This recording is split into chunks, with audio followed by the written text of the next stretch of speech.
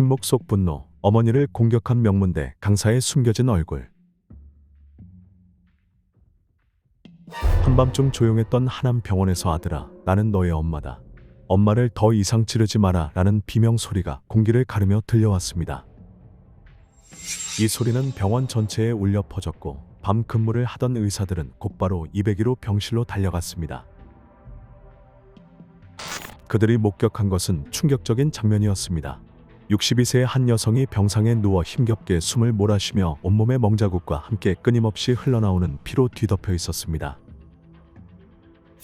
여성의 간절한 울음과 애원의 소리에도 불구하고 남성은 차가운 표정으로 날카로운 칼을 휘두르며 그녀를 계속 찔렀습니다.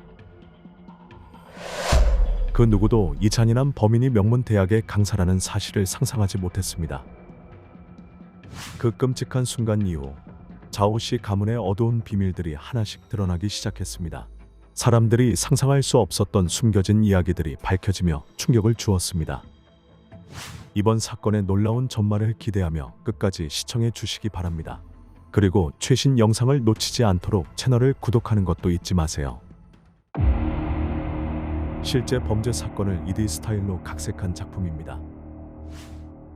이 사건은 중국 하남성의 한 대형 병원에서 음력 설날 6째 날에 발생했습니다. 명절 기간이라 병원은 평소보다 한산했으며 사람들의 출입도 현저히 줄어든 상태였습니다. 그러나 이 평온함은 갑작스러운 비명 소리로 인해 금세 깨졌고 병원 전체가 혼란에 빠졌습니다. 즉시 의사들은 상황을 확인하기 위해 사건 현장으로 달려갔습니다. 의사들이 병실에 들어서자마자 강렬한 비린내가 코를 찔렀고 긴장감이 가득한 공기가 병실을 감쌌습니다. 침대 위에는 젊은 남성이 날카로운 칼을 들고 중년 여성을 계속해서 찌르고 있었습니다. 여성의 몸에서 멈추지 않고 흘러나오는 피로 인해 그녀는 고통 속에서 신음하다 결국 의식을 잃고 쓰러졌습니다. 그러나 통제할 수 없는 흥분 상태에 빠진 그는 멈추기는커녕 더 잔혹한 행동을 이어갔습니다. 그는 여성을 거칠게 머리카락을 잡아당기며 날카로운 칼로 두피에 깊은 상처를 냈습니다. 현장에 있던 의사와 간호사들은 이 끔찍한 광경을 본 적이 없었고 너무 두려워 아무도 나서서 제지하지 못했습니다. 여성 간호사의 신고를 받고 경찰은 즉시 현장으로 출동하여 긴급 상황을 처리하기 시작했습니다.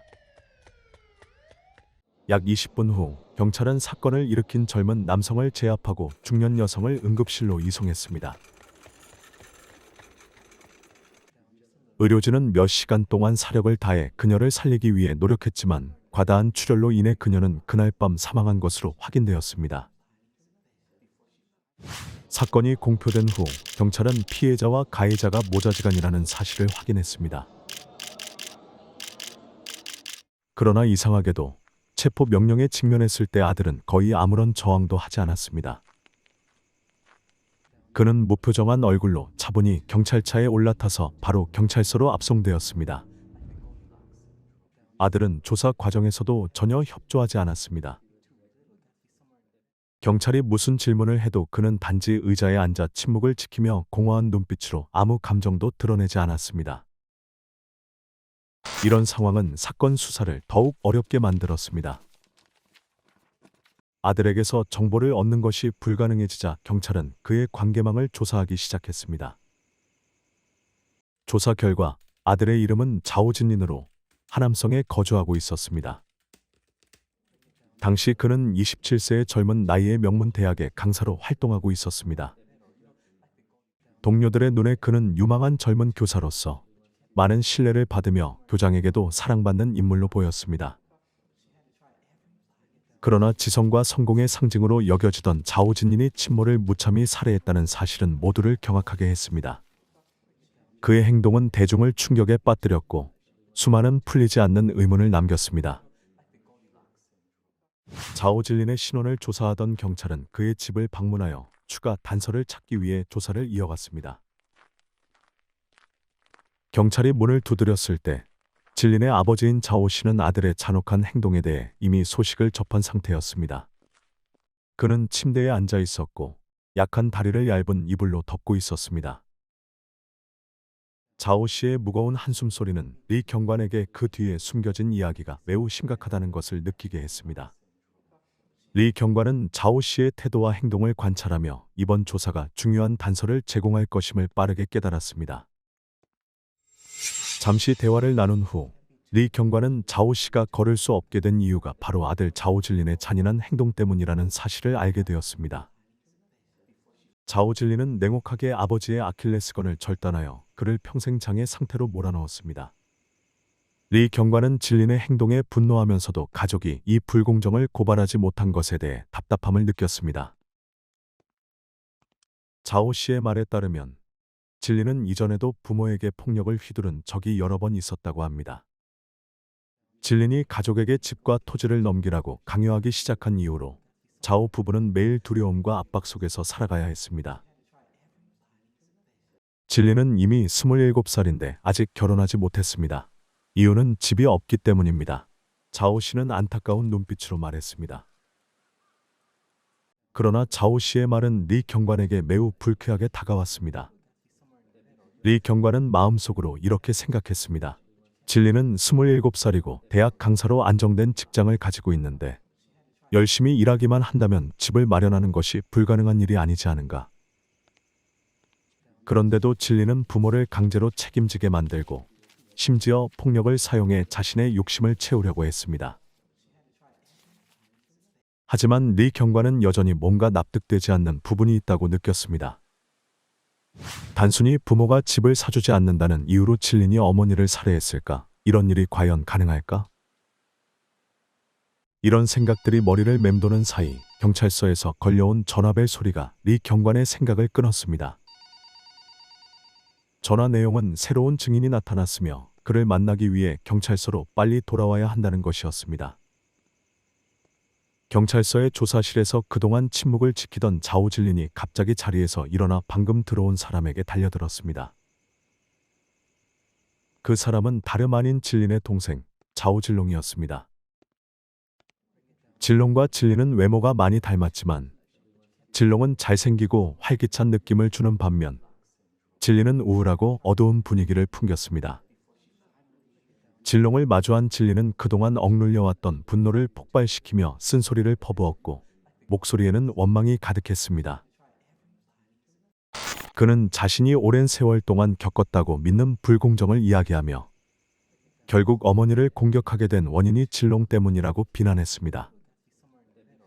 이에 자오 질롱은 더 이상 분노를 억누르지 못하고 형의 모든 비난을 단호히 부인했습니다. 질롱은 부모가 한 번도 두 형제를 편애하거나 불공정하게 대하지 않았음을 강조했습니다. 오히려 질린의 마음속에 쌓여온 질투심이 시간이 지나면서 커져갔고 결국 상상도 못할 비극을 초래했다고 말했습니다. 조사 결과에 따르면 이 모든 것은 자오 부부의 과도한 애정에서 비롯된 것으로 보였습니다.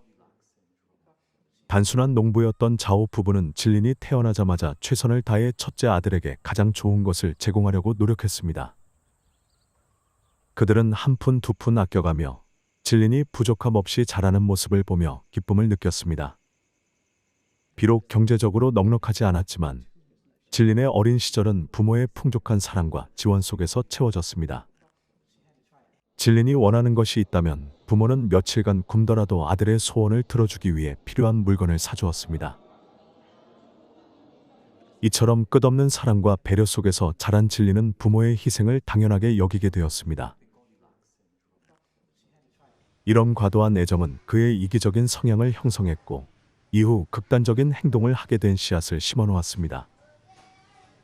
질린이 5살이 되었을 때 그의 동생 자오 진롱이 태어났습니다. 형의 역할을 맡아 동생을 돌봐야 한다는 책임감은 질린에게 큰 부담이었고 그는 이를 받아들이지 못했습니다. 질린에게는 부모의 사랑이 오직 자기 자신만의 것이라는 생각이 강했습니다. 그는 그 사랑을 누구와도 나누고 싶지 않았습니다. 하지만 동생 질롱이 태어난 후 부모의 사랑은 나누어졌고 이는 질린에게 큰 불만으로 다가왔습니다. 질린은 형으로서의 책임을 전혀 받아들이지 않았고 동생을 돌보기는커녕 질투와 다툼으로 부모의 관심을 끌려고 했습니다. 이러한 사소한 갈등들이 쌓여 형제 사이에 벽을 만들었고 시간이 지남에 따라 더 큰 문제로 발전했습니다. 자오질린의 부모는 평범한 농촌 가정에서 두 아들을 키우느라 이미 많은 짐을 짊어지고 있었습니다. 두 아이, 특히 두 아들을 키우는 일은 결코 쉬운 일이 아니었습니다. 그러나 아무리 열심히 일하고 고생을 해도 자오질린은 부모의 노고를 이해하거나 공감하지 않았습니다. 질린의 눈에 부모는 항상 동생을 편애하는 것처럼 보였고 이로 인해 그의 마음속에는 불만이 쌓여갔습니다. 이 불만은 질린과 자오씨 부부 사이에 잦은 갈등을 일으켰습니다. 예를 들어 질린이 고등학교에 진학할 나이가 되었을 때 부모는 비용이 적게 들고 교육 수준도 나쁘지 않은 근처 학교를 추천했습니다. 그러나 질린은 부모의 충고를 무시하고 반드시 다른 지역의 학교로 진학하겠다고 고집했습니다. 이 결정은 가정의 재정적 부담을 크게 늘렸고 부모는 그로 인해 더욱 힘든 상황에 놓이게 되었습니다. 심지어 질린이 주장한 학교가 마을의 학교보다 더 나은 교육을 제공할지조차 불확실한 상황이었습니다. 결국 부모는 질린의 뜻을 거스를 수 없어 그의 요구를 받아들일 수밖에 없었습니다. 그러나 부모의 양보는 질린에게 어떤 공감도 불러일으키지 못했고 그의 왜곡된 성격만 더욱 심화되었습니다. 부모가 동생에게 조금이라도 관심을 보일 때마다 질린은 가슴 깊이 상처를 입은 것처럼 느꼈습니다. 이러한 감정은 시간이 지남에 따라 쌓이고 커지며 마침내 질린이 부모에게 상상도 못할 요구를 하게 만들었습니다. 그는 부모에게 도시에서 자신을 위해 집을 사달라고 요구했습니다. 평범한 농촌 가정에게는 감당할 수 없는 엄청난 부담이었지만 질린은 전혀 개의치 않았습니다. 그의 마음속에서 이 집은 단순한 물건이 아니라 부모의 사랑을 증명하는 상징이었습니다. 질린은 부모 가자신을 진 정으로 사랑한다면 무엇이든 희생하 며 그의 요구를 들어줄 것이라 믿었습니다. 그러나 부모는 아무리 노력해도 그의 요구를 들어줄 수 없었고 이는 질린에게 큰 좌절을 안겼습니다. 부모는 최대한 부드럽게 상황을 설명하며 그들이 왜 그의 요구를 들어줄 수 없는지 이해시키고자 했습니다. 하지만 질린은 이를 이해하기는커녕 분노와 원망만 더욱 키워갔습니다. 그는 부모의 거절을 자신에 대한 차별과 동생에 대한 편애로 받아들였습니다. 결국 이러한 감정이 극에 달하며 질린은 되돌릴 수 없는 잔혹한 행동을 저지르게 됩니다. 어느 날 그는 근처 약국에서 수면제를 구매해 집으로 돌아왔습니다. 질린은 수면제를 오렌지 주스에 타고 그것을 아버지에게 가져다 주었습니다. 아들이 직접 오렌지 주스를 가져다주는 모습을 본 자오씨는 조금 놀랐습니다. 그는 질린이 집 문제로 생긴 갈등을 풀고 싶어 하는 것이라고 생각했습니다. 하지만 자오씨는 그 오렌지 주스가 끔찍한 비극의 시작이 될 줄은 꿈에도 몰랐습니다. 수면제가 효과를 발휘하기 시작하자마자 질린은 집 안으로 들어가 날카로운 칼을 꺼내 들었습니다. 그는 주저하지 않고 아버지의 다리에 깊은 상처를 냈습니다. 자오씨의 고통스러운 비명이 울려 퍼졌지만 질린은 냉혹한 표정으로 행동을 멈추지 않았습니다. 그는 오른쪽 다리에서 왼쪽 다리로 이어지며 여러 번 칼로 그어댔습니다. 그의 통제할 수 없는 분노는 결국 어머니에게로 향했습니다. 어머니는 질린에게 가장 가깝고 사랑받는 존재였지만 그 사랑은 이제 그의 분노를 막지 못했습니다. 자오씨의 아내는 평생을 아들을 위해 헌신하며 가능한 모든 것을 해주려 노력했습니다. 그러나 분노에 사로잡힌 질린은 과거의 모든 기억을 잊어버렸습니다. 그의 머릿속에는 자신이 겪었다고 믿는 고통과 부모의 편애라는 상상만이 가득했습니다. 질린은 어머니가 입원해 있는 병원으로 달려갔고 그의 눈빛은 복수를 다짐한 사람처럼 불타오르고 있었습니다. 어머니의 병약함과 고통 따위는 그의 분노 앞에서 아무런 의미가 없었습니다. 질린은 차가운 얼굴로 칼을 들어 어머니의 생명을 앗아갔습니다. 어머니의 간절한 애원조차 그의 분노를 잠재우기에 역부족이었습니다. 그 순간 질린에게 어머니는 더 이상 가족이 아니라 자신을 고통스럽게 한 모든 원한의 대상에 불과했습니다. 그의 잔혹한 행동은 부모의 생명을 빼앗았고 그를 사랑했던 이들을 고통과 절망의 희생자로 만들었습니다. 병원이라는 치유의 공간은 이제 한 가족의 비극적인 사건이 벌어진 현장이 되고 말았습니다. 진리는 한순간의 분노로 인해 가족을 파멸로 몰아넣었고 스스로도 사회에서 비난받는 존재로 전락했습니다. 그는 영원히 자신의 행동에 대한 죄책감과 고통 속에서 살아가야 할 운명이 되었습니다. 사건의 진실은 결국 밝혀졌지만 자오질린의 아버지의 선택은 모두를 놀라게 했습니다. 질린의 잔혹한 살인 행위에도 불구하고 아버지 자오 씨는 아들을 법적으로 처벌하기보다는 보호하려는 태도를 보였습니다.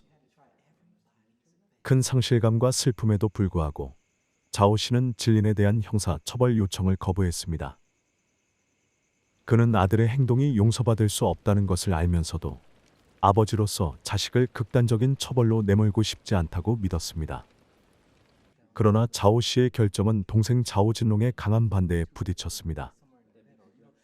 진롱은 형이 법적 책임에서 벗어나는 것을 결코 받아들일 수 없었습니다. 그는 진린이 저지른 죄는 용납될 수 없는 일이며 특히 피해자가 그들의 어머니였다는 점에서 더더욱 그렇다고 주장했습니다. 진롱은 슬픔과 분노 속에서 진실을 밝히고 형이 법의 심판을 받게 만들겠다는 결심을 했습니다. 그는 형의 범죄를 법정으로 끌고 가기 위해 모든 노력을 다했습니다. 길고 복잡한 조사와 재판 끝에 법원은 진린에 대한 최종 판결을 내렸습니다. 자오 진린은 고의적인 살인죄로 사형을 선고받았습니다. 이 행동은 계획적이고 의도적인 범죄로 간주되었습니다. 뿐만 아니라 그는 모든 시민권을 박탈당하며 자신이 가졌던 모든 것을 잃게 되었습니다. 이 엄중한 판결은 법이 잔혹한 행위에 대해 절대 타협하지 않는다는 것을 보여주었습니다. 진롱은 형이 사형 선고를 받았다는 사실에 슬퍼했지만 이는 어머니에 대한 정의를 되찾기 위한 필요했던 선택임을 알았습니다. 그의 결정은 단순한 처벌 이상의 의미를 담고 있었으며 누구든 범죄를 저지르면 법 앞에서 심판받아야 한다는 강력한 메시지를 전했습니다. 자오 가족의 깊은 슬픔 속에서도 이 사건이 다른 가족들에게 비슷한 비극을 예방하기 위한 교훈으로 남기를 바랐습니다. 끝까지 영상을 시청해 주신 여러분께 감사드립니다. 내용이 흥미로웠다면 좋아요를 눌러주시고 새로운 사건 영상을 놓치지 않도록 채널 구독도 잊지 마세요.